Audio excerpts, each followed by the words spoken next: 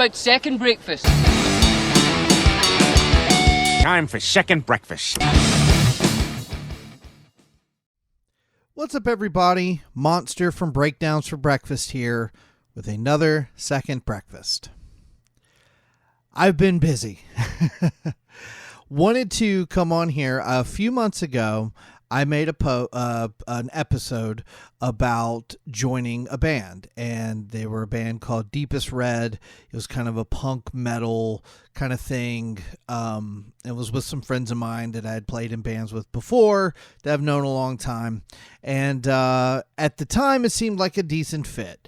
I was playing with my buddies, having a good time. And it was short-lived. I still have nothing but love for those guys. It wasn't like a bad thing happened or anything like that. But I was starting to get just sort of, I don't know. My dad actually made an interesting statement. I've mentioned my dad all the time. He's a musician and huge inspiration to me. And when he asked me why was I going to quit, I said I just wasn't really feeling it anymore and wasn't having a great time with it. And he was like, I think you've kind of grown out of playing that kind of music a little bit. And I thought, you know what? There's some truth to that, for sure. And so anyway, sort of related, sort of unrelated, around the time that I was really having the feeling that, like, man, this might not be the band for me, you know, I got a call from an old friend of mine who happened to be in a very interesting cover band and a very interesting tribute band. And he had kind of sort of brought this up to me before, in sort of a, hey, could you possibly fill in at some point kind of way? And I basically said, sure, it sounds like fun. I could probably, you know, if I had to fill in, I could fill in. Well, these bands, the guitar player actually left. And so my friend reached out to me and he said, hey man, you're the first person I thought of. I feel like you'd be the perfect fit for this. Would you be interested? And so we talked about it for a little bit. I talked about it with my wife and decided to say, you know, why not? Let's give this a go and see what happens. So I ended up leaving Deepest Red, mostly because it was just, I wasn't really feeling it. Around the exact same time, I got approached by a really good friend of mine who I've known and played in several bands with over the years. I know I've mentioned him on the show before, Death Proof, which was kind of my like 2009, 10, 11 era kind of new metal band. But then he and I also did a cover band called Schmack Daniels that I think I've brought up on the show a handful of times as well. He is now the singer of two bands. One is called Crypt Kicker and one is called Thoughtless. Now, Crypt Kicker is... So another cool thing is here in North Carolina, we are well known for having a couple of the greatest haunted attractions in America. Two places in particular, Spooky Woods and Woods of Terror. And I've been to both. Both have a lot of positives about them. But what's really cool about this band, Crypt Kicker, is they are the Woods of Terror band. So essentially, the way this works, and I think real quick you'll see why I was, quote unquote, the first choice, but also why I was excited by this. Essentially, around Halloween time, this band plays at Woods of Terror every weekend to the literally thousands upon thousands of people that come through there. But then all throughout the year, they play gigs in their costumes from Woods of Terror. So essentially it was like, hey man, we want you to come in here, and some of the songs are kind of like, you know, not necessarily my favorite songs in the world, but they're good cover songs that make people get up and dance and stuff. But also a lot of it is Limp Bizkit and Deftones and Rage Against the Machine. We also do some other like fun stuff like 50 Cent and some pop songs and some country songs. It's a good mix of stuff, but everything's rocked up a little bit, and we're all wearing like, monster costumes. We all have unique names. Super easy for me. I said, can I just go by Monster? That's sort of already my alias, I guess, with the podcast and stuff. And they all thought that was cool.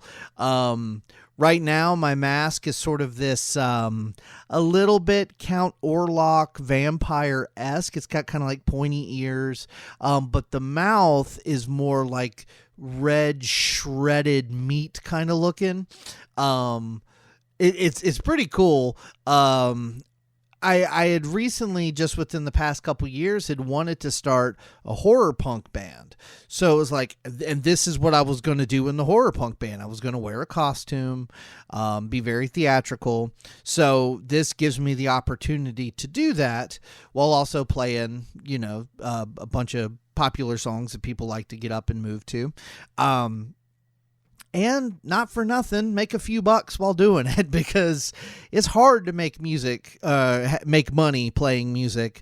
And so to get to do that with people I've known and respected for a very long time, played in bands with before, while also getting to do the horror theatrical things, like, well, might be fun, might be worth giving it a shot. So essentially, they gave me about 2 weeks to learn between like 30 and 31 songs. The whole set is about 40, maybe 45 songs. But the guitar player they had before me, I think, is a little more technically sound. I don't want to just say he's better than me, but I mean, like, they had songs by like they had Walk by Pantera. They had Beat It by Michael Jackson with the Eddie Van Halen solo. And so I think we're going to tweak the set just a smidge to play a little more to my strengths. I'm still doing some stuff like they do Feed My Frankenstein by Alice Cooper, which I think is a perfect song for the setup and everything that we have. A lot of kind of gnarly guitar solo stuff in there, but it's the kind of stuff that I can sort of improvise on the fly.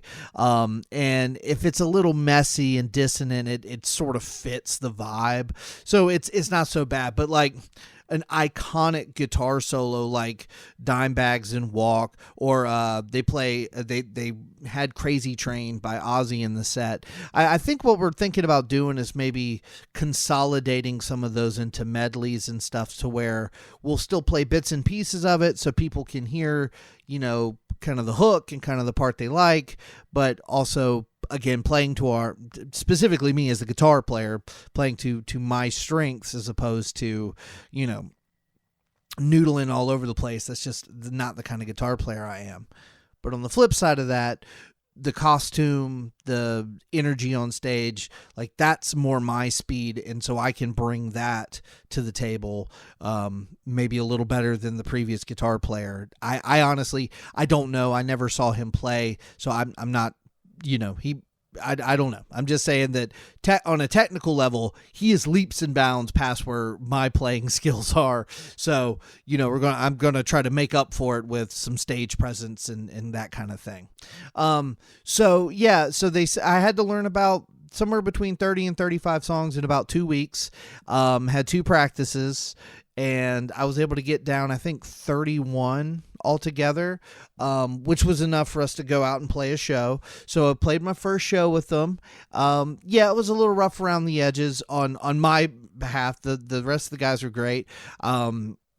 But nothing went off the rails, nothing, we didn't have to stop a song, so all things considered, I think it was fine.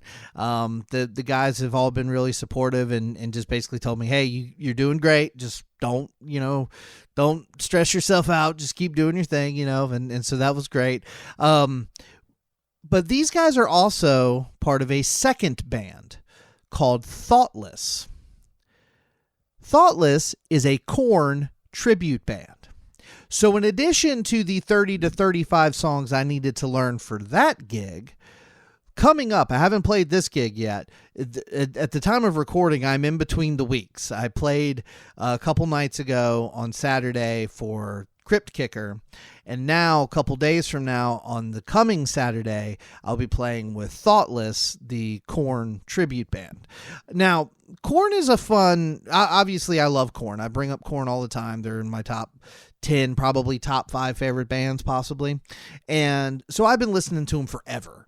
But I'll be honest with you, I never really tried to learn how to play a lot of their stuff. I learned a couple riffs, a couple songs here or there, but to actually sit down and learn 15, 20, I think the goal eventually is to know like 40 or 50 Korn songs. But right now, it's sort of, like I said, it's kind of, they've actually been around for a while, but the same guitar player that I took the place of in Crypt Kicker was one of the guitar players in Thoughtless, and so he left, and so now it's the drums, vocals, and bass are all the same, but it's 2 brand new guitar players. Thankfully, the other guitar player in this band, Thoughtless, the Korn tribute band, he knows this stuff like the back of his hand. He basically was like, hey, dude, I know you're trying to learn the 30-something for Crypt Kicker. I'm basically learning both parts of the Korn songs, so we can hash it out. Whatever parts you learn, you do them. I'll do the other parts. Again, super cool dude, super chill, very supportive. So it's been a lot of fun. I'm a little nervous just simply because I do love Korn. They've been a huge inspiration on me. My guitar playing, even though I never, like I said, sat down to learn a bunch of Korn material. It's, I want to do Korn well. I want to do the other songs for Crypt Kicker well, too. But Korn being such a big part of my musical taste, I really want to nail it. But we've kind of so last week, to get ready for the Crypt Kicker gig, we would do mostly Crypt Kicker songs, and then maybe throw in a couple Korn songs at the end before we were just completely burned out. And then this week, it's going to be kind of the opposite. We're going to do 2 practices, basically just pounding those Korn songs and getting those in our heads, specifically for me and the guitar player. I have no doubt in my mind about the other 3 dudes. They are super good. But yeah, it's a lot of fun. I will probably come back on here after the Korn show, just to give my thoughts on how the night went. The Crypt Kicker gig went very well. It was a very cool venue. It's very big. And so it was one of those things where it's like, it was just a tap house. It's just a bar. It's not like a music venue. There was probably close to 100 people. I'd say between 75 and 100 people. And at no point was there more than about 8 people right in front of us. But every time we finished a song, you would just hear roars coming from places because it was a big open room. There's some pool tables to one side. There's sort of like a lounge area on another. But then like out back, there's like a big patio where there's tons of people sitting outside, and they have like these big like garage bay doors, and they're wide open. So I'm sure people down the street can hear us playing and stuff. Took a bunch of pictures with people. They love to see us in our costumes and stuff. So yeah, the show went really well. So I think I'll do the same after I play this show, with Thoughtless, the Korn tribute band, which is also cool. It's at Hangar 1819, which is a venue I bring up all the time. It's in Greensboro. That's where I saw Jaluka. It's where Danger saw The Plot and You, and we've seen a bunch of other shows there. We're playing with a Alice in Chains tribute band called Stickman, I believe, or Sickman, I can't remember, but features another buddy of mine who I've known a really long time, so it'll be cool to see him again. Been a few years. So yeah, I sort of quit one band and then found myself in 2 more, and taking on a whole lot of work. I'm very, I make jokes about my guitar playing often, and in the grand scheme of things, I am pretty amateurish compared to a lot of guitar players out there. But one thing that I have been I'm very thankful for is that obviously with certain things it takes a lot more work than this, but a lot of times I've got a pretty good ear when it comes to like learning by ear, and so I can usually listen to a song a few times, play along to it, and at least get the general gist of it, and then look up tabs for sort of like the little minutia, and it really helps with the Korn tribute band having a second guitar player who's all on top of it and really knows his stuff and can really kind of even the couple Korn songs we have ran so far, he's like, hey, try playing it like this. It sounds more like the record. And it's like, oh, okay, cool. Yeah. Or there's so many things in those Korn songs. Like if you're actually like listening to hear, okay, this guitar is playing X, this guitar is playing Y. There's so many songs where literally like one of the guitar players is playing this like little high pitched line and the other guitar player is going like just making these weird little noises every once in a while just to add texture and add layers. So sometimes it's like, oh yeah, that's easy. It's just these three notes back and forth, but it sounds really cool. And then other times it's like, just make some noise, just have some dissonant noise in there, But yeah, so I also say all this to say, if you feel like on an episode or two coming up, I have not been as thoroughly prepared as I try to be, it could have been, we were recording that episode around the time I was trying to learn 55 songs between two bands. So unfortunately, some of the time when I would be like sitting around listening to an album we're going to do for the show, I had to sit down and listen to a bunch of White Zombie and Chris Isaak and Jason Aldean and Marilyn Manson songs, and then obviously a ton of Korn songs to try to get myself up for that. But yeah, it's been really cool. If you live in North Carolina, we will inevitably be playing somewhere near you at some point. If you like going to haunted attractions, Woods of Terror rules. If you look up almost any kind of, top 10 haunted attractions in America, Woods of Terror is almost always on that list, usually near the top. It is fantastic. My wife and I used to go all the time before we had kids. It'll be really fun to be like sort of a part of it now. It is a lot of time and energy put towards it. But I think it'll be a lot of fun. When I upload this, I'll also include some pictures from our costumes and hopefully have a picture or video or two from some of these performances, so you can kind of get the gist of sort of what we do and everything.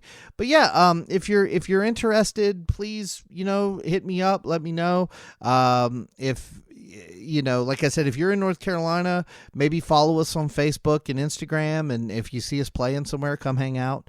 But yeah, just thought I'd give everybody a life update on my new bands, Crypt Kicker and Thoughtless. And yeah, I hope you have a great day.